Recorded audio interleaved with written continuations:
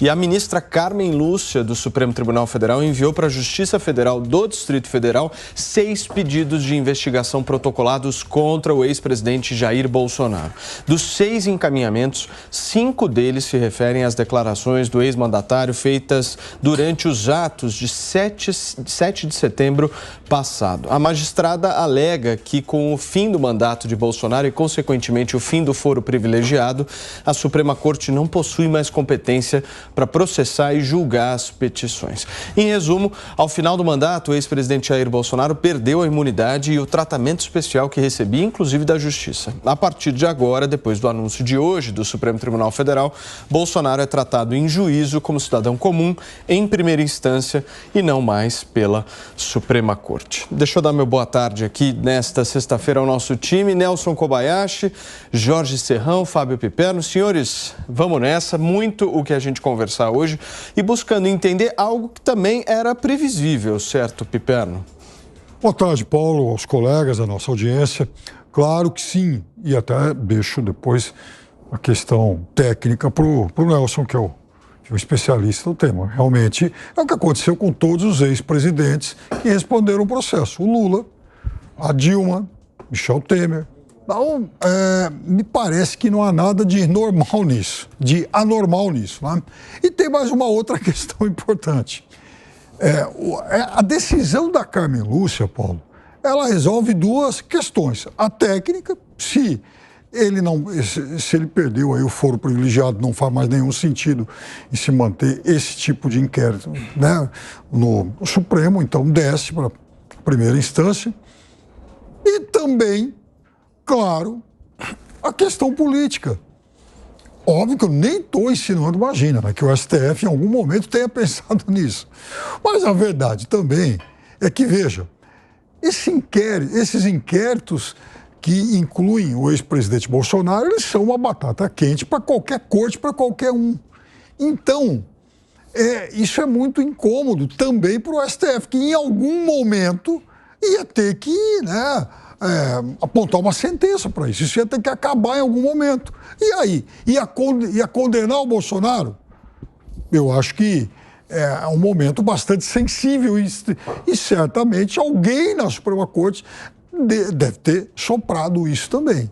Não que, imagina, que isso tenha, repito, de alguma forma interferido nessa decisão. Mas, de qualquer forma, tira essa batata quente do STF, joga lá para a primeira instância e aí, com base no cipoal de possibilidades que a gente conhece, quando o Bolsonaro tiver mais ou menos uns 112 anos, isso vai ser transitado em julgado. Agora, Piperno, só para a gente esclarecer aqui para a nossa audiência, porque todas essas terminologias jurídicas às vezes confundem as pessoas. Esses pedidos foram pedidos de investigação que a ministra Carmen Lúcia despachou para a primeira instância. Certo. São 6 pedidos. 5 pedidos estão se referindo a solicitações de investigação contra falas dele antes do 7 de setembro. E um pedido específico está se referindo a uma fala de Bolsonaro que associou o peso de um homem negro a arrobas. Essas são as investigações, os pedidos de investigação que estão em curso.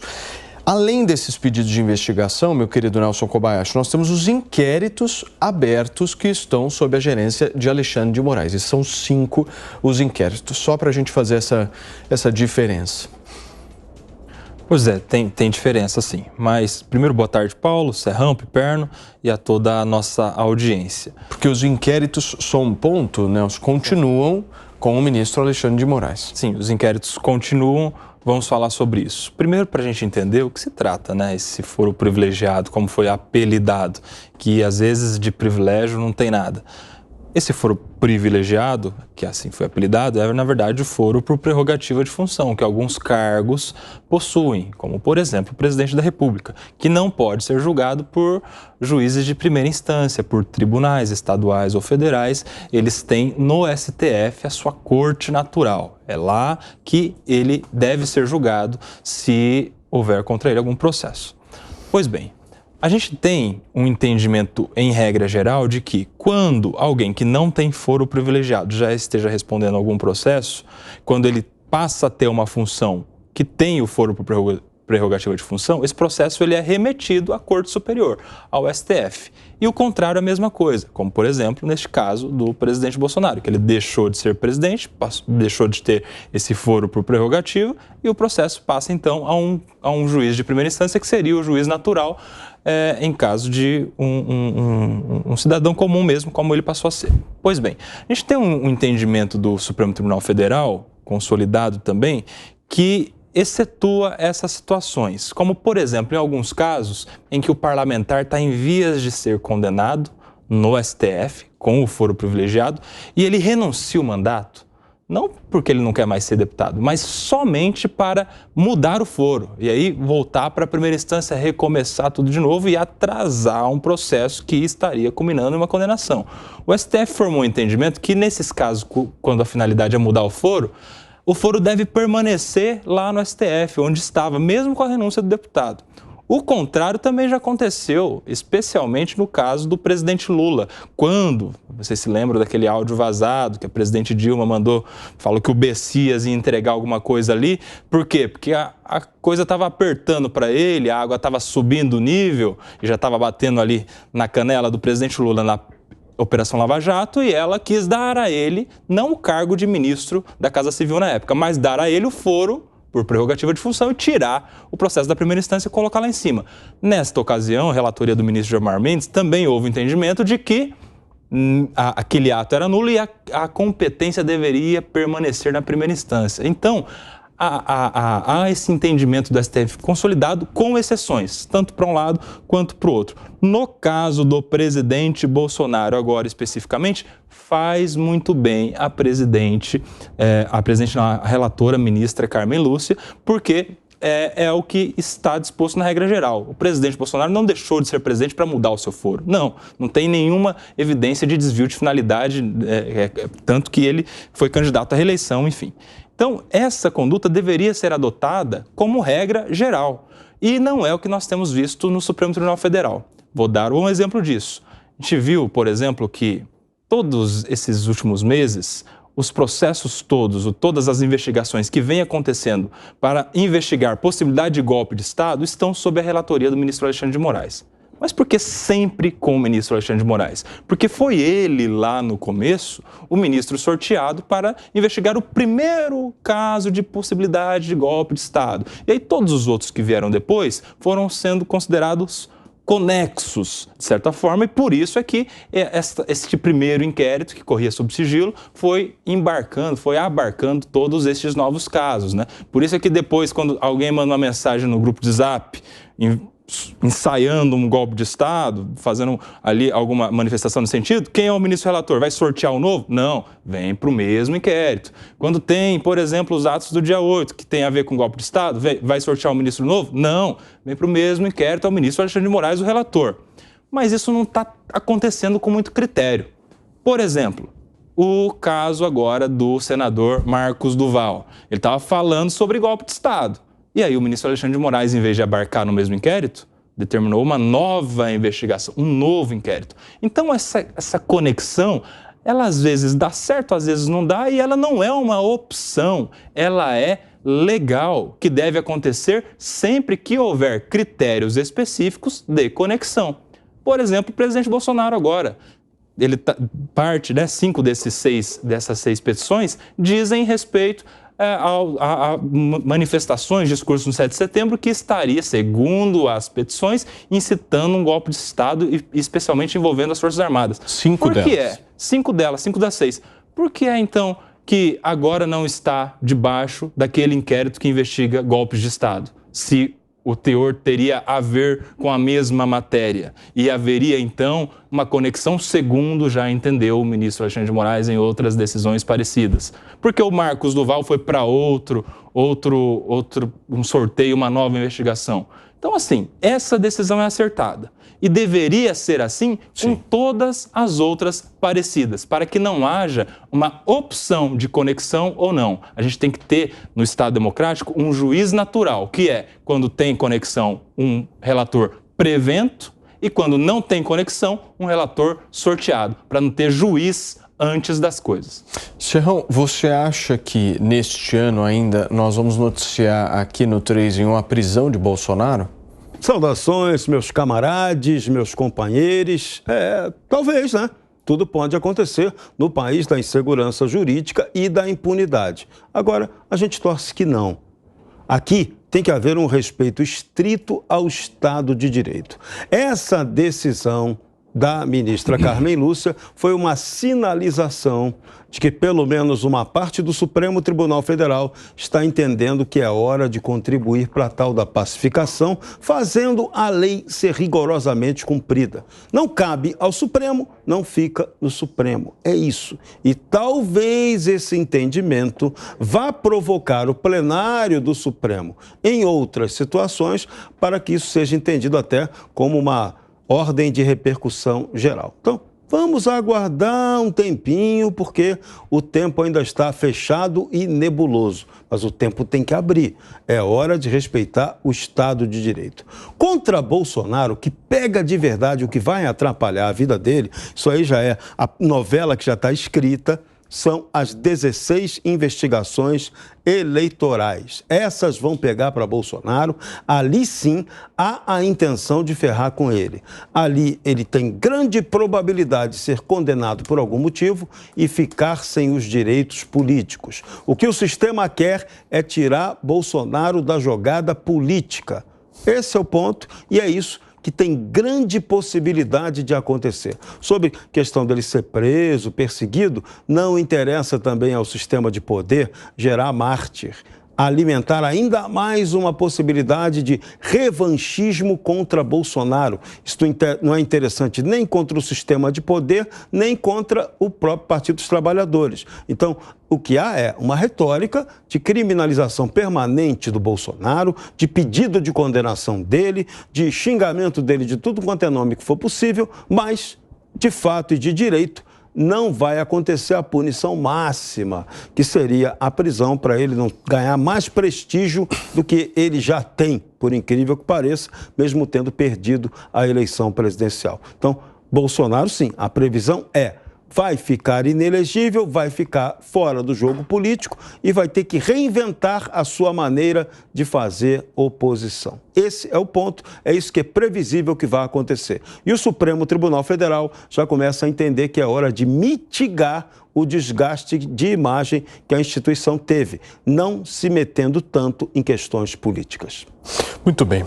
Serrão, você citou esses pedidos dentro do TSE, foram 16 pedidos no total, em que 7 já foram admitidos. São várias as ações aí que estão rolando na Corte Eleitoral. Só para a nossa audiência, porque realmente é muito confuso isso, certo, Piper? Estamos falando então de pedidos de investigação, inquéritos abertos no Supremo e também investigações no Tribunal Superior Eleitoral. Só para a gente deixar essas 3 questões aí separadas. Você me pediu, não, senhor? Por favor. Não pedi, não. Eu tinha visto que você queria falar, então falha do apresentador. Piperno, por favor, me explica um pouco mais se você concorda com essas posições, tanto do Serrão quanto do Nelson Kobayashi, porque o Serrão, na fala dele, ele diz que o Tribunal Superior Eleitoral, de alguma forma, quer ferrar, é isso, Serrão? É esse termo que você usou, que ele quer ferrar o presidente Jair Bolsonaro. Como é que você vê isso? Bom, eu não sei se essa é de fato a intenção do TSE. Agora, o TSE tem a obrigação de punir um grande mentiroso. Ora, quando Bolsonaro, por exemplo, o ano passado daquele congresso conservador lá que aconteceu em Campinas, ele entra no telão, né? Um depoimento ao vivo e tal. E aí ele diz o seguinte: olha, eu venci as eleições de 2018 no primeiro turno. Mas aí eles pagaram um hacker e o hacker alterou os resultados. Aí eu fui para o segundo turno, eu ganhei, porque eles não pagaram o hacker no segundo turno. Ora, então, se ele tinha tanta certeza, por exemplo, da tese, do calote, do hacker, que documente isso, que mostre, porque ele está colocando em dúvida algo muito sério, um processo eleitoral. Como ele havia feito, por exemplo, em julho de 2021, naquela famosa live da quinta-feira, que aparecia lá ao lado, enfim, tinha lá um militar lá com ele, para supostamente dar aval a todo aquele todo aquele besterol que ele acabou destilando, né, no tempo em que ficou no ar, para dizer que realmente aquilo havia sido fraudado. Lá ele lançou essa tese aí de que a eleição de 2018 teria sido fraudada e garantido, porque vejam, naquele momento, inclusive, ele não se contentou em disseminar essa grande mentira. Ele, inclusive, fez publicidade disso antes. Ele provocou o suspense. Olha, na quinta-feira eu vou documentar, eu vou apresentar grandes revelações à República. Ele não documentou coisíssima nenhuma. Levou lá 2, 3 páginas de arquivos de jornal e tal, com alguma insinuação, e aquilo eram as provas, as evidências dele. Então, veja, ele mentiu a respeito do processo eleitoral desde sempre. Ele lançou dúvidas sem a devida comprovação desde sempre. E depois de perder a eleição, ele foi mais longe. Ainda eles foram atrás dessa argumentação fraudulenta aí contra as quase 300 mil urnas eletrônicas, para a qual eles arrumaram lá, uma suposta auditoria comprovando que aquilo realmente era de forma irrefutável uma armação contra ele. Então, veja, em relação a isso, o TSE tem sim a obrigação de investigar. E aí o Bolsonaro vai ter todas as oportunidades para comprovar o que ele disse. Só isso. Ô Piperno, mas a questão é que você está querendo punir o Bolsonaro por palavras. E, na verdade, quando a gente vê... Quando a insatisfação dele se materializou, foi através de uma ação judicial, que é a via institucional. A gente se lembra, você citou aqui, a ação do PL foi na corte, foi no Tribunal Superior Eleitoral. Foi pelo meio que o cidadão tem, de acordo com a Constituição. E a cara de pau foi tão grande que nem o presidente do PL... Mas cara de pau não merece punição de lugar nenhum. Como não? Mas litigância de má fé. É o que está acontecendo. E que é a via institucional também. Então a gente não tem que punir ninguém pelo discurso, por alguma coisa que não se materializou em algo inconstitucional. Ele escolheu a via adequada. Mas Piperno, você está trazendo aqui no programa justamente algumas falas do ex-presidente Jair Bolsonaro em relação. Mas existem alguns fatos práticos e fatos objetivos que merecem a nossa análise, que, por exemplo, é inclusive alvo de uma das ações que foram admitidas pelo Tribunal Superior Eleitoral, que é a concessão de benefícios financeiros durante o período eleitoral, tanto o Auxílio Brasil quanto o Auxílio Gás. Eu me lembro bem, no ano passado, quando nós estávamos discutindo aqui, o Piperno e o Serrão vão se lembrar junto comigo, o presidente da República fez de tudo, o ex-presidente da República fez de tudo que era possível para conceder o Auxílio Brasil. Só que ele infringiu uma legislação aí, não infringiu, não, Serrão? Na minha visão, humilde visão, esse é o ponto que vai mais pegar. Eu também. Que ali você tem uma materialidade. Foi a intenção do Bolsonaro cometer crime? Tenho certeza que não foi. Mas, como diz o caboclo, acabou fundo, porque o benefício foi dado em período eleitoral. Então, se o juiz eleitoral que vai julgar o caso achar que aquele benefício foi indevido no período eleitoral, vai dar condenação. E tem a materialidade. Então, esse é o problema. A nuance é essa. Então, para condenar Bolsonaro, tem vários elementos. Então, ele tem vários problemas a encarar. Dificilmente ele terá seu direito político permitido e salvo depois desse processo, de vários desses processos no Tribunal Superior Eleitoral. E acho que essa questão dos auxílios é a mais sensível, é a que tem mais chances de gerar materialidade objetiva. O Piperno está trazendo aqui essas falas, enfim, em relação do ex-presidente Jair Bolsonaro, declarações que possam ter atentado em relação ao processo eleitoral. Tudo isso, Piperno, eu quero ouvir um pouco a avaliação de vocês, é muito subjetivo, embora, obviamente, a gente tenha tido algumas declarações que atentaram sim em relação ao sistema eleitoral brasileiro. Mas do ponto de vista prático, e aí eu quero muito trazer essa fala do Serrão, essa questão da antecipação dos benefícios, tanto do Auxílio Brasil quanto do Auxílio Gás, isso não tem fala, não é subjetivo. A legislação não permite a antecipação desses gastos. E foram gastos alguns bilhões de reais. Houve uma tentativa por parte do ex-presidente da República de de justamente antecipar isso ao máximo. Vocês dois se lembram, aqui nós noticiamos isso diariamente, a tentativa política constante dele conceder esses aumentos e essas ampliações, tanto na transferência do Auxílio Brasil quanto do Auxílio Gás. Eu acho que isso é mais forte, Nelson, do que declarações. Pois é, mas é que a gente está vendo o tempo todo, são 16 representações. Tudo que o presidente Bolsonaro fez durante a campanha, cada passo que ele dava virava representação.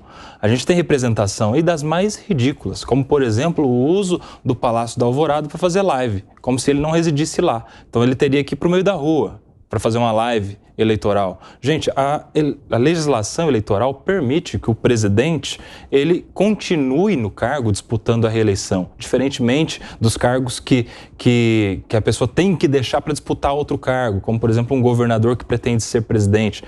Quando é para a reeleição, a legislação eleitoral permite que ele continue no cargo e isto significa que o legislador autorize que ele continue usufruindo do poder de gestão e de todos os benefícios que tem na qualidade de mandatário do povo.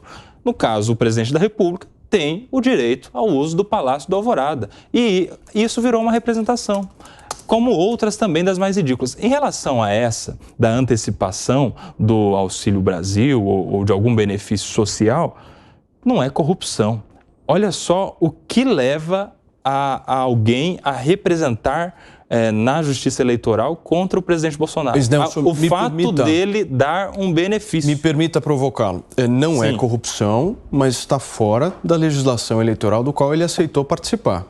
Sim, sim. Se isso tiver ali algum fundo, que seja de fato processado. Mas isso não pode, por exemplo, torná-lo inelegível. A gente tem, por exemplo, alguns fatos de todos os lados, viu? De todas as ideologias aí, que são corrigidas pela Justiça Eleitoral através de multa, de advertência, de punições que não colocam em jogo a possibilidade de alguém que é um líder, e isso não é inegável, né? Um líder político na sociedade brasileira de sair da disputa eleitoral. Aliás, essa é uma crítica do próprio PT.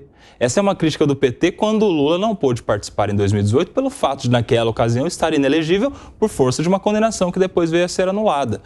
E a crítica é, as pessoas querem tirar a vontade do povo, porque pela vontade do povo, sendo elegível ou inelegível, o povo quer que essas pessoas participem do pleito eleitoral. Por isso é que seria um exagero dos grandes alguém se tornar inelegível pelo fato de dar um benefício, quando há muitos corruptos por aí que podem disputar uma eleição. A gente estava falando aqui, por exemplo, do Sérgio Cabral ontem. Sim, mas no caso dele, se ele tivesse condenação só em primeira instância, sendo um corrupto, confesso, ele teria a possibilidade de disputar uma eleição. A ilegalidade de alguma ação prática eleitoral não necessariamente tem a ver com alguma ação corrupta. Esse é o meu ponto. Sim, existem por isso mesmo, normas, regras dentro da legislação eleitoral. Por exemplo, nós estamos falando aqui de uma abertura de crédito que o Bolsonaro deu há 3 meses da eleição de 27 bilhões de reais. Paulo, você foi... Isso tem um impacto político absolutamente Exato, mas você foi preciso justamente para a gente enxergar que há níveis de ilícitos eleitorais, vamos dizer assim, de lei eleitoral sendo desrespeitada, a níveis de gravidade. E aí, por exemplo, se o presidente Bolsonaro se tornar inelegível pelo fato de antecipar um crédito e dar um benefício, você está colocando ele na mesma caixa do corrupto. Por isso é que uma inelegibilidade, fruto de uma decisão a partir dessa representação, seria extremamente desproporcional. Você está falando que antecipar crédito é a mesma coisa que ser corrupto. Você está falando que colocar o dinheiro no seu bolso ou no dinheiro do bolso do povo é a mesma coisa. Não, é porque você está analisando as mesmas penas, é isso que você está fazendo, né? Mas não necessariamente é o mesmo. A inelegibilidade é a mesma pena. Não tem inexigibilidade de 1 ano ou de 10 anos. Para um corrupto há uma pena, inclusive, de privação de liberdade bem diferente dessa. Mas na esfera criminal, na esfera eleitoral, o máximo que pode acontecer é se tornar inelegível. O processo está na esfera eleitoral, ele não pode ser comparado no processo criminal. Por isso mesmo, porque vamos separar então, Paulo. A pessoa que é corrupta, ele vai responder lá, na esfera criminal. Perfeito. Se ele for condenado ou não, lá ele vai ter a seara própria para a discussão da ofensa à lei criminal. Mas, pelo mesmo fato, por também ser uma ofensa à lei eleitoral, ele pode responder na Justiça Eleitoral. E qual é o máximo de pena que ele pode receber na Justiça Eleitoral? É uma multa e se tornar inelegível. É a mesma coisa que estão querendo atribuir ao ilícito eleitoral do Bolsonaro de ter antecipado o crédito. É colocar na mesma caixa. É desproporcional. Não. É sim. Por favor, é claro que é. Ele pode, ninguém está dizendo que ele foi um corrupto, mas ele pode sim receber uma multa e se tornar inelegível. Mas é isso que eu estou falando, Piperno. Acho que vocês não estão entendendo, gente. O que o Nelson está trazendo é que as penas são as mesmas para processos e instâncias diferentes. Mas vem cá, não sou eu que escrevi esse código. Isso está previsto. Está previsto. Não me fiz claro, acredito. Não, Nelson, o que eu entendi, me corrija. A inelegibilidade, ela está prevista. O que eu entendi que você está dizendo é o seguinte: quem foi lá e roubou dinheiro público vai ficar inelegível da mesma forma de quem adiantou recursos, como esse caso do ex-presidente Jair Bolsonaro. Só que isso é a legislação brasileira, certo? Não foi isso que eu disse. O que você disse, só para entender? Vou deixar claro que, neste caso, ainda que seja contra as regras eleitorais, ele não pode receber uma punição de inelegibilidade, não pode se tornar inelegível, porque seria desproporcional. E haveria outras penas na Justiça Eleitoral para ele receber, como, por exemplo, uma multa. Porque se ele se tornar inelegível por estes fatos, ele estaria sendo alçado à mesma pena, a mesma punição de um corrupto. E são fatos muito diferentes que merecem punições. Mas aí, deixa eu só passar, Serrão, deixa eu só passar aqui para você, antes da tua fala, essas ações que estão no TSE, algumas delas envolvendo Jair Bolsonaro, declarações de atos, realização de atos de campanha nas dependências do Palácio do Planalto, utilização da campanha de Bolsonaro de uma rede de apoiadores composta por pastores e entidades religiosas, enfim, uma questão um pouco mais subjetiva, realização de disparos de SMS, realização de atos de campanha durante o 7 de setembro, usando o cargo para promoção da candidatura. Tudo isso é uma questão subjetiva. Agora, o adiantamento da concessão de benefícios, eu não sei vocês, mas eu já enxergo de uma outra forma. Tem vários. Aí é que foi a estratégia do inimigo, nesse caso, foi eficaz. São 16 pancadas contra Bolsonaro, sendo que pelo menos uma ou duas delas têm condições de atingi-lo duramente, gerando condenação, multa, possibilidade de inegibilidade. Mas como é tanta pancada, no somatório, se o somatório gerar várias condenações ou aplicações de multa, isso pode contribuir no somatório para que ele acabe inelegível. Mas o que gera esse tipo de decisão? A questão política. Bolsonaro comprou uma briga contra o sistema eleitoral. O sistema eleitoral não aceita ser desafiado e vai dar o troco dentro da lei. Caramba, isso é política, isso é a maneira como você utiliza o regramento para operar, isso é a lógica humana, não adianta. Então, pau que dá em Chico, dá em Francisco e pode dar triplicado no filho dele. Então, não tem bobeira. Ao vencedor, as batatas. Ao perdedor, as batatas quentes, até o ponto de arrancar sua mão. Então, Bolsonaro vai ter essa consequência. Agora, a discussão que eu proponho desde lá de trás, desde lá da campanha eleitoral que eu falo disso, desde muito antes da própria campanha eleitoral, a reeleição é uma maldição do Brasil. Essa porcaria tinha que acabar. Ela só gera problema. Não tem como o presidente que disputa a reeleição está em condições iguais aos demais adversários. Sempre ele vai estar superior, sempre ele terá a possibilidade de usar a máquina melhor e vencer.